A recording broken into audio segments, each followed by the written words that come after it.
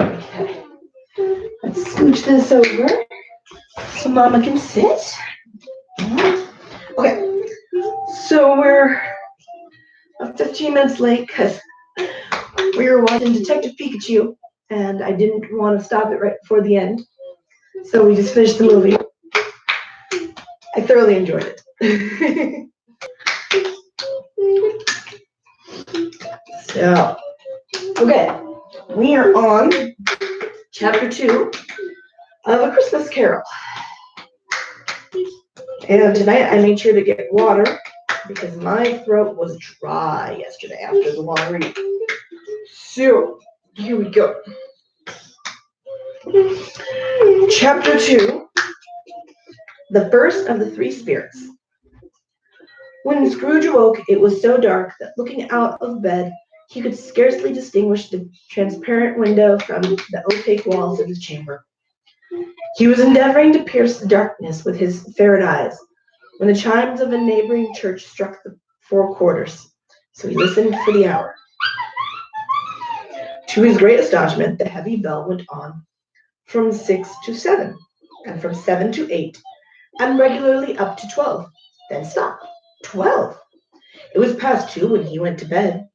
The clock was wrong. An icicle must have got into the works. 12! He touched the spring of his repeater to correct his most preposterous clock. Its rapid little pulse beat 12 and stopped. Why, it is impossible, said Scrooge, that I can have slept through a whole day and far into another night. It is impossible that anything has happened to the sun, and this is 12 at noon. The idea being an alarming one, he scrambled out of bed and groped his way to the window. He was obliged to rub the frost off with the sleeve of his dressing gown before he could see anything, and could see very little. All he could make out was that it was still very foggy and extremely cold, and that there was no noise of people running to and fro, and making a great stir, as there unquestionably would be if night had beaten off day and taken possession of the world. This was a great relief, because 3 days after sight of this first exchange, paid to Mr. Ebenezer Scrooge for his order, and so forth, would have become a mere United States security, if there were no days to count by. Scrooge went to bed again, and thought it over and over and over, and could make nothing of it. The more he thought, the more perplexed he was, and the more he endeavored not to think. The more he thought.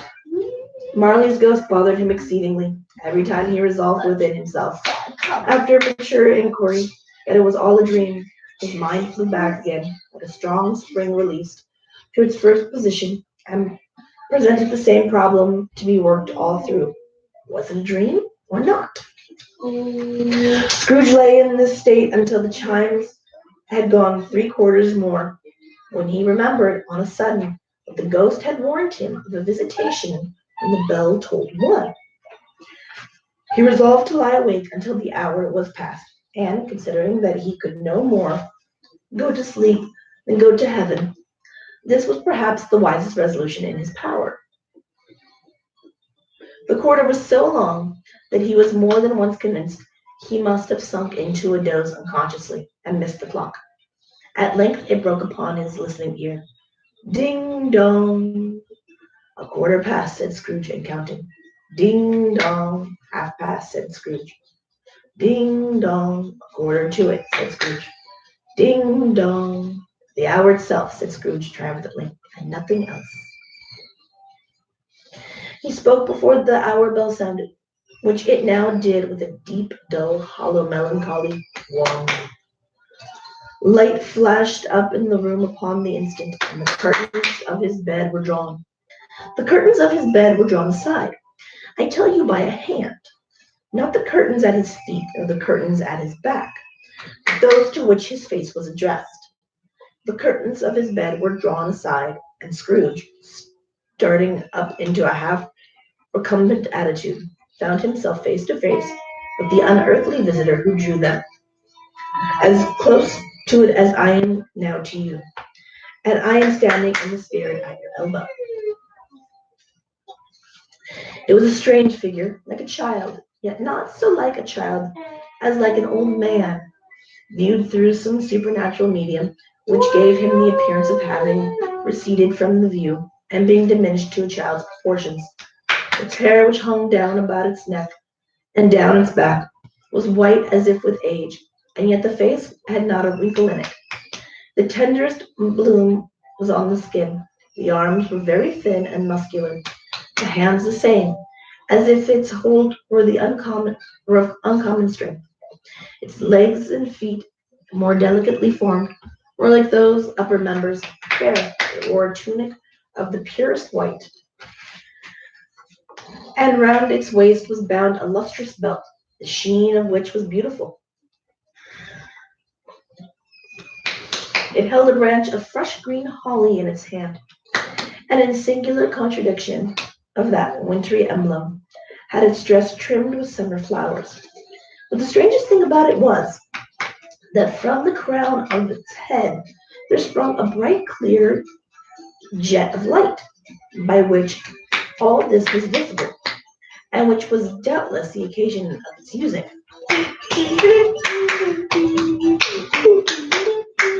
In its duller moments, a great extinguisher for a cap, which it now held under its arm. Even this, though, when Scrooge looked at it with increasing steadiness, was not its strangest quality. For as its belt sparkled and glittered now in one part and now in another, and what was light one instant at another time was dark, so the figure itself fluctuated in its distinctness, being now a thing with one arm, now with one leg, now with 20 legs, now a pair of legs without a head, now a head without a body, of which dissolving parts no outline would be visible in the dense gloom, wherein they melted away, and in the very wonder of this, it would be itself again, distinct and clear as ever. "Are you the spirit, sir, whose coming was foretold to me?" asked Scrooge. "I am."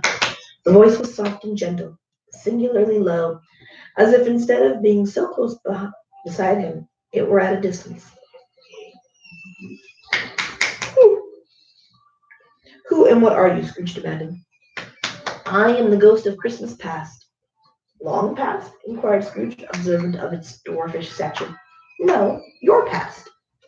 Perhaps Scrooge could not have told anybody why, if anybody could have asked him, but he had a special desire to see the spirit in his cap, and begged him to be covered. "What!" exclaimed the ghost. "Would you so soon put out with worldly hands the light I give? Is it not enough that you are one of those whose passions made this cap, and force me through whole trains of years to wear it low upon my brow?" Scrooge reverently disclaimed all intention to offend, or any knowledge of having wilfully bonneted the spirit at any period of his life. He then made bold to inquire what business brought him there. "Your welfare," said the ghost. Scrooge expressed himself much obliged, but could not help thinking that a night of unbroken rest would have been more conducive to that end. The spirit must have heard him thinking, for it said suddenly, "Your reclamation, then. Take heed." It put out its strong hand as it spoke, and clasped him gently by the arm. "Rise and walk with me." It would have been in vain for Scrooge to plead that the weather and the hour were not adapted to pedestrian purposes. That bed was warm, and the thermometer a long way below freezing. That he was clad but lightly in his slippers, dressing gown, and nightcap, and that he had a cold upon him at that time. The grasp, though gentle as a woman's hand, was not to be resisted. He rose, and finding that the spirit made toward the window, clasped its robe in supplication. "I am a mortal," Scrooge remonstrated, "and liable to fall." "Bear but a touch of my hand there," said the spirit, laying it upon his heart, "and you shall be upheld in more than this." As the words were spoken, they passed through the wall, and stood upon an open country road. with fields on either hand. The city had entirely vanished. Not a vestige of it was to be seen. The darkness and the mist had vanished with it, and for it was a clear, cold winter day with snow upon the ground. Good heavens, said Scrooge, clasping his hands together as he looked about him. I was bred in this place. I was a boy here. The spirit gazed upon him mildly. His gentle touch, though it had been light and instantaneous, appeared still present on the old man's sense of feeling. He was conscious of 1,000 odors floating in the air, each one connected with 1,000 thoughts and hopes and joys, and cares long, long forgotten. Your lip is trembling, said the ghost. And what is that upon your cheek? Scrooge muttered with an unusual chatter catching in his voice that it was a pimple, and begged the ghost to lead him where he would. You, re- you recollect you recollect the way? You recollect the way? Inquired the spirit. Remember it, cried Scrooge with fervor. I could walk it blindfold. Strange to have forgotten it for so many years, observed the ghost. Let us go in. Let us go on. They walked along the road, Scrooge recognizing every gate and post and tree, until a little market town appeared in the distance, with its bridge, its church, and winding river. Some shaggy ponies now were seen trotting toward them, with boys upon their backs, who called to other boys in country gigs and carts, driven by farmers. All these boys were in great spirits, and shouted to each other, until the broad fields were so full of merry music that the crisp air laughed to hear it. These are but shadows of the things that have been, said the ghost. They have no consciousness of us. The jocund travelers came on, and as they came, Scrooge knew and named them every one. Why was he rejoiced beyond all bounds to see them? Why did his cold eye glisten, and his heart leap up as they went past? Why he was filled with gladness when he heard them give each other Merry Christmas as they parted at crossroads and by waves for their several homes. What was Merry Christmas to Scrooge? Out upon Merry Christmas. What good had it ever done to him? School's not quite deserted, said the ghost. A solitary child, neglected by his friends, is left there still. Scrooge said he knew it, and he sobbed. They left the high road by a well-remembered lane, and soon approached a mansion of dull red brick, with a little wreath cock surmounted cupola on the roof, and a bell hanging in it, with a large house, the one of broken fortunes. For the spacious offices were little used, their walls were damp and mossy, their windows broken, and their gates decayed. Fowls clucked and strutted in the stables, and the coach houses and sheds were overrun with grass. Nor was it more retentive of its ancient state within, for entering the dreary hall and glancing through the open doors of many rooms, they found them poorly furnished, cold and vast. There was an earthly savor in the wind, a chilly barrenness in the place, which associated itself somehow with too much getting up by candlelight, and not too much to eat. They went, the ghost and Scrooge, across the hall to a door at the back of the house. It opened before them and disclosed a long, bare, melancholy room, made barer still by lines of plain deal forms and desks. At one of these a lonely boy was reading near a feeble fire, and Scrooge sat down upon a form and wept to see his poor forgotten self as he had used to be. Not a latent echo in the house, not a squeak and scuffle from the mice behind the paneling, not a drip from the half-thawed water spout in the dull yard behind, not a sigh among the leafless boughs of one despondent poplar, not the idle swinging of an empty storehouse door. No, not a clicking in the fire, but fell upon the heart of Scrooge with a softening influence, and gave a freer passage to his tears. The spirit touched him on the arm, and pointed to his younger self, intent upon his reading. Suddenly a man in foreign garments, wonderfully real and distant to look at, stood outside the window with an axe stuck in his belt and leading ass laden with wood by the bridle. Why, it's Ali Baba, Scrooge exclaimed in ecstasy. It's dear old honest Ali Baba. Yes, yes, I know him. One Christmas time, when yonder solitary child was left here all alone, he did come. For the first time, just like that. Poor boy, and Valentine, said Scrooge, and his wonderful, and his wild brother Orson. There they go. And what's his name? Who was put down in his drawers asleep at the gate of Damascus. Don't you see him? And the Sultan's groom turned upside down by the genie. There he is upon his head. Serve him right. I'm glad of it. What business had he to be married to the princess? To hear Scrooge expending at all the earnestness of his nature on such subjects, it was a most extraordinary voice between laughing and crying, and to see his heightened and excited face would have been a surprise to his business friends in the city indeed. There's the parrot, cried Scrooge, green body and yellow tail, with a thing like a lettuce growing out of the top of its head.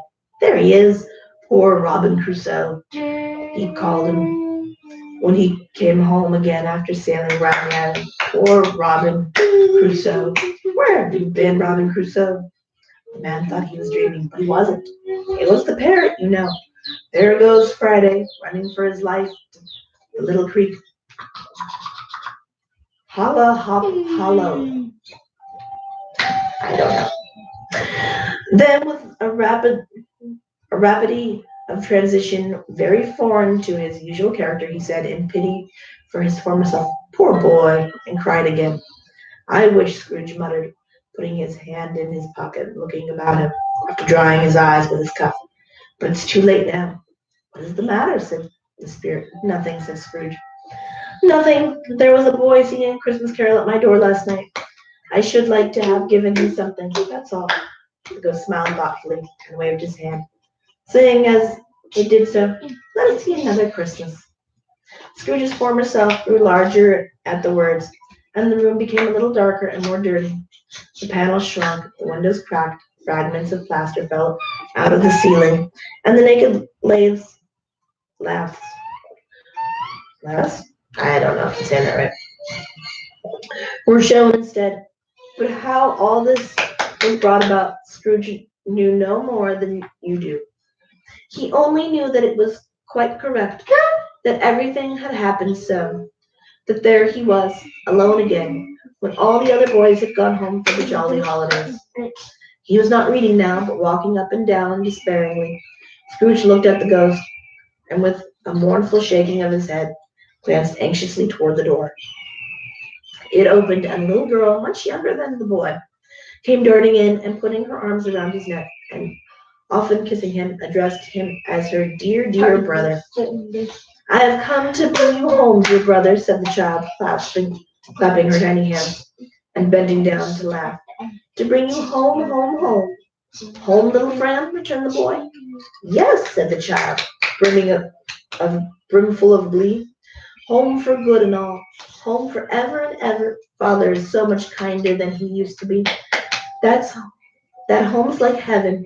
He spoke so gently to me one dear night when I was going to bed that I was not afraid to ask him once more if you might come home, and he said yes, you should, and sent me in a coach to bring you. And you're to be a man," said the child, opening her eyes, "and are never to come back here. But first, we're to be together all the Christmas long, and have the merriest time in all the world." "You are quite a woman, little friend," exclaimed the boy.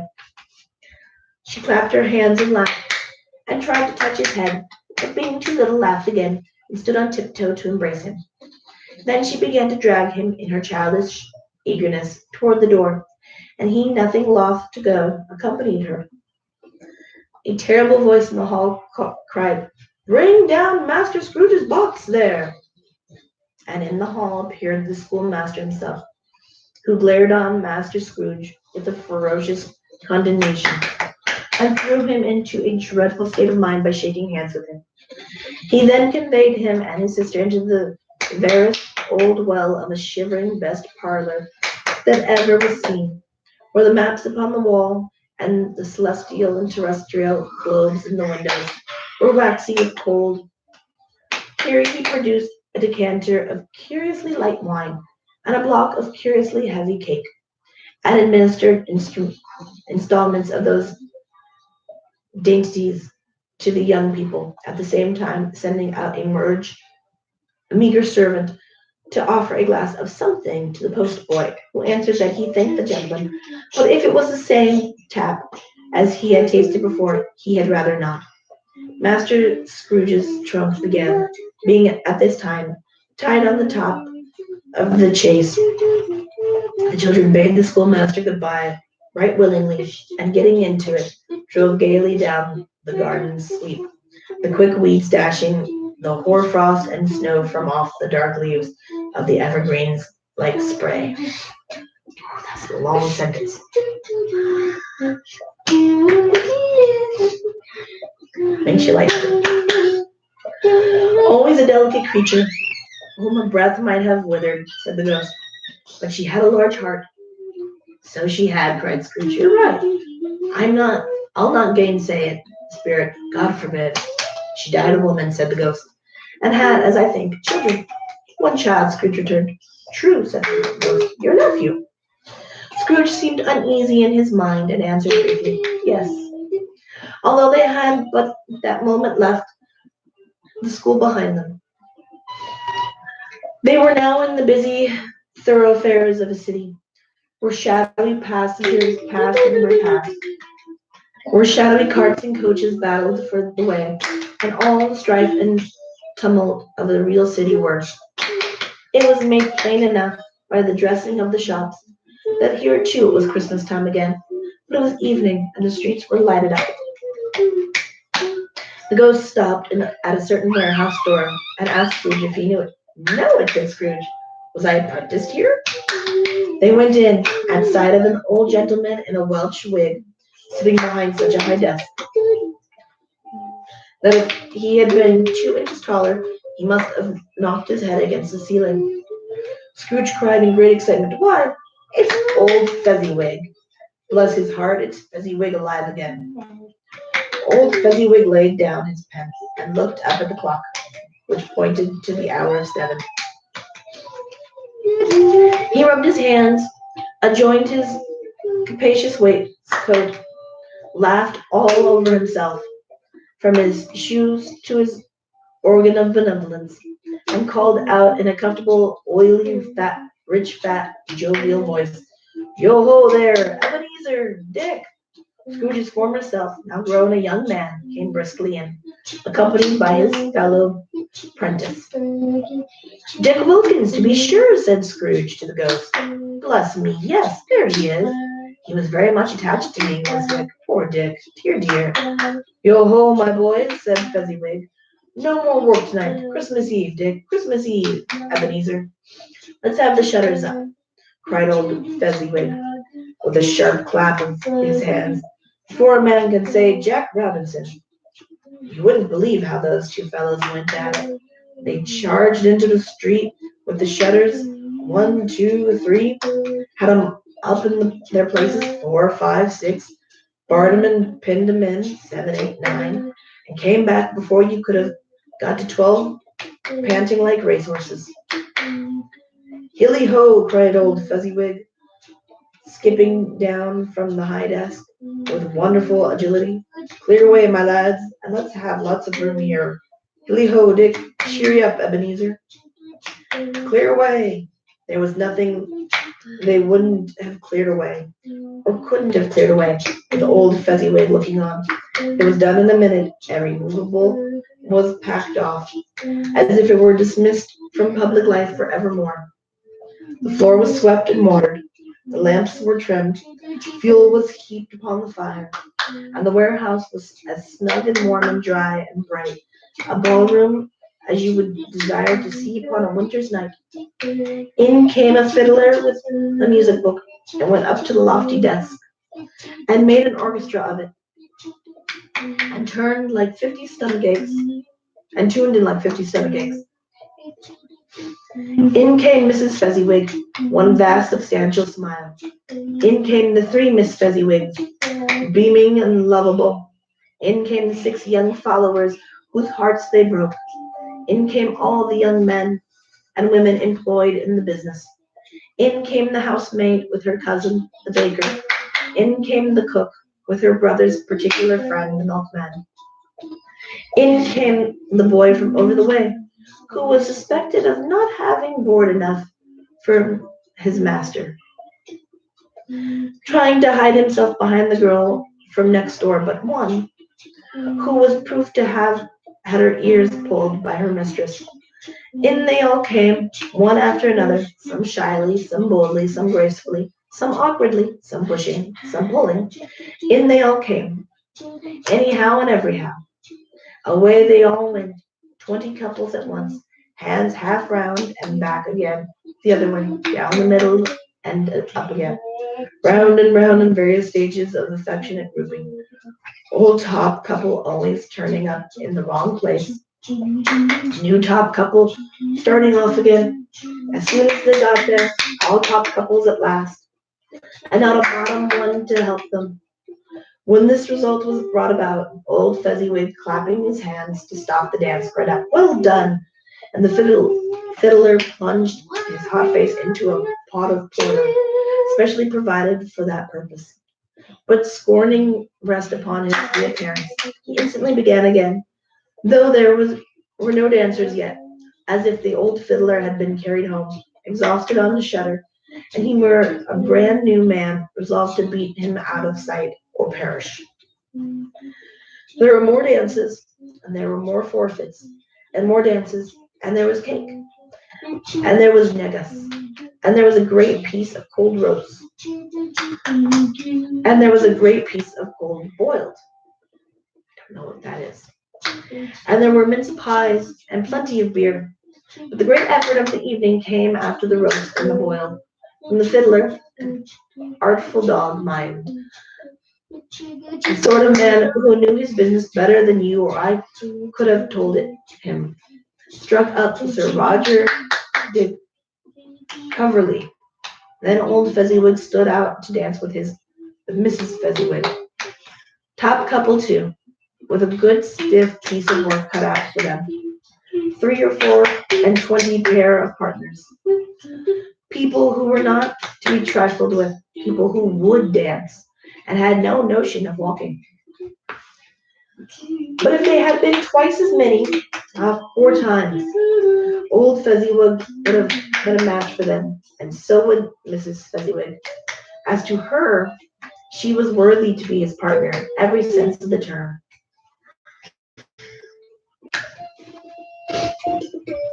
If that's not high praise, tell me higher and I'll use it. A positive light appeared to issue from Fezziwig's calves. They shone every part of the dance like moons. You couldn't have predicted at any given time what would become of them next. And when old Fezziwig and Mrs. Fezziwig had gone all through the dance, advance and retire, hold hands with your partner, bow and curtsy, corkscrew, thread the needle, and back again to your place, Fezziwig cut so deftly that he appeared to wink with his legs, and came upon his feet again without a stagger. When the clock struck 11, this domestic ball broke up. Mr. and Mrs. Fezziwig took their stations, one at either side of the door, and shaking hands with every person individually as he or she went out, wished him or her a Merry Christmas. When everybody had retired but the 2 princesses, they did the same to them, and thus the cheerful voices died away, and the lads were left to their beds, which were under the counter in the back shop. During the whole of this time, Scrooge had acted like a man out of his wits. His heart and soul were in the scene, and with his former self, he corroborated everything, remembered everything, enjoyed everything, and underwent the strangest agitation. It was not until now, when the bright faces of his former self and Dick turned from them, that he remembered the ghost, and became conscious that it was looking full upon him, while the light upon its head burnt very clear. "A small matter," said the ghost, "to make those silly folks so full of gratitude." "Small," echoed Scrooge. The spirit signed to him to listen to the 2 princesses, who were pouring out their hearts in praise of Fezziwig, and when he had done so, said, "Why, is it not? He has spent but a few pounds of your mortal money, 3 or 4 perhaps. Is that so much that he deserves this praise?"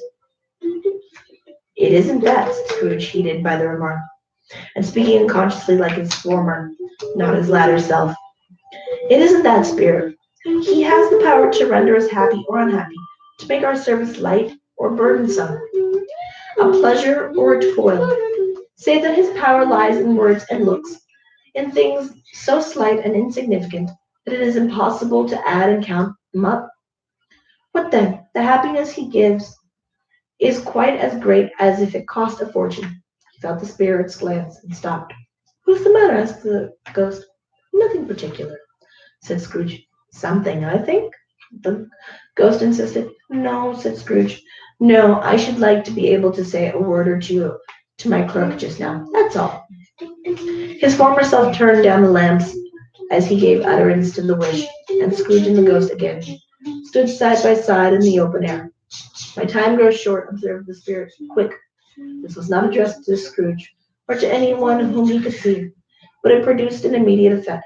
For again Scrooge saw himself. He was older now, a man in the prime of his life. His face was not the harsh, rigid lines of later years, but it had begun to wear the signs of care and avarice. There was an eager, greedy, restless motion in the eye, which showed the passion that had taken root, and where the shadow of a growing tree would fall. He was not alone, but sat by the side of a fair young girl in a morning dress, whose eyes there were tears, which sparkled in the light that shone out of the ghost of Christmas past.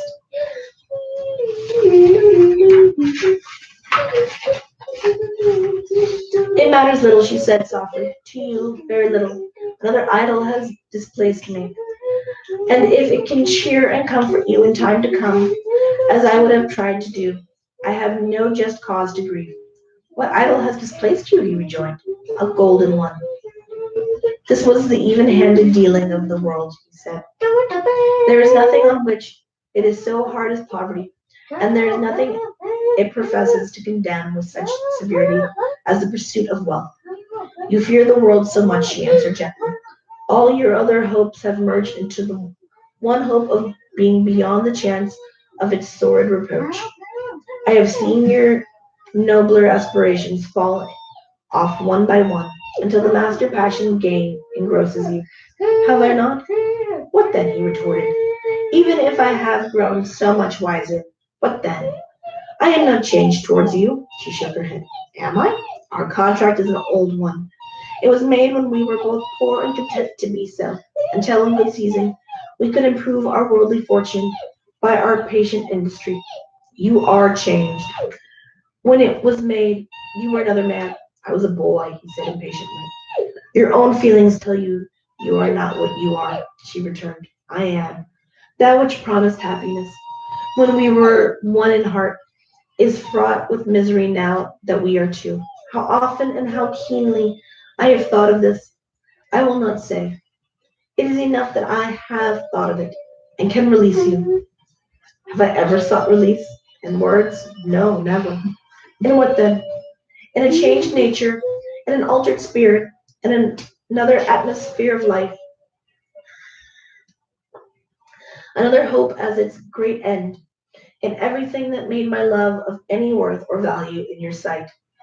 If this had never been between us," said the girl, looking mildly but with steadiness upon him, "tell me, would you seek me out and try to win me now?" "Ah, no." He seemed to yield to the justice of the supposition in spite of himself, but he said with a struggle, "You think not?"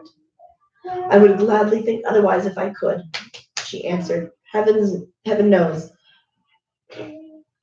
when I have learned a truth like this, I know how strong and irresistible it must be.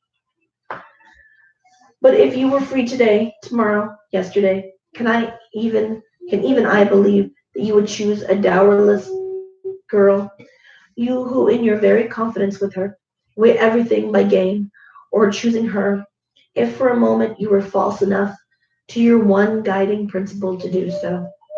Do I not know that your repentance and regret would surely follow? I do, and I release you with a full heart for the love of him you once were. He was about to speak, but her head turned from him. She resumed, You may. The memory of what is past half makes me hope you will. Have pain in this, a very, very brief time, and you will dismiss the recollection of it gladly as an unprofitable dream, from which it happened well that you awoke. May you be happy in the life you have chosen. She left him, and they parted. Spirit, said Scrooge, show me no more. Conduct me home. Why do you delight to torture me? One shadow more, exclaimed the ghost. No more, cried Scrooge. No more. I don't wish to see it. Show me no more. But the relentless ghost pinioned him in both arms and forced him to observe what happened next. They were in another scene and place, a room not very large or handsome, but full of comfort. Near to the winter fire sat a beautiful young girl, so like the last that Scrooge believed it was the same, until he saw her, now a comely matron, sitting opposite her daughter. The noise in this room was perfectly tumultuous, for there were more children there than Scrooge in his agitated state of mind could count. And, unlike the celebrated herd in the poem, there were not 40 children conducting themselves like one, but every child was conducting itself like 40. The consequences were uproarious beyond belief. But no one seemed to care. On the contrary, the mother and daughter laughed heartily, and enjoyed it very much, and the latter soon beginning to mingle in the sports, got pillaged by the young brigands most ruthlessly. What would I not have given to be one of them? Though I never could have been so rude. No, no. I wouldn't, for the wealth of all the world, have crushed that braided hair and torn it down for the precious little shoe. I wouldn't have plucked it off, God bless my soul, to save my life. As to measuring her waist in sport, as they did, old young brood, I couldn't have done it. I should have expected my arm to have grown round it for a punishment, and never come straight again. And yet, I should have dearly liked, I own, to have touched her lips, to have questioned her, that she might have opened them. Well, what? There's nothing wrong with your toes.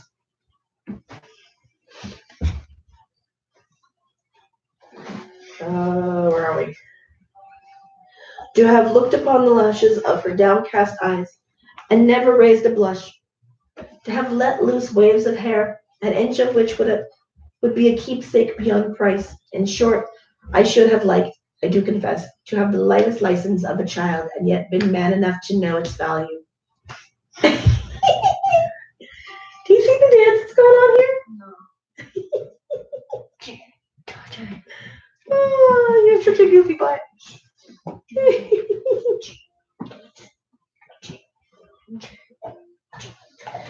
But now a knocking at the door was heard, and such a rush immediately ensued that she was with laughing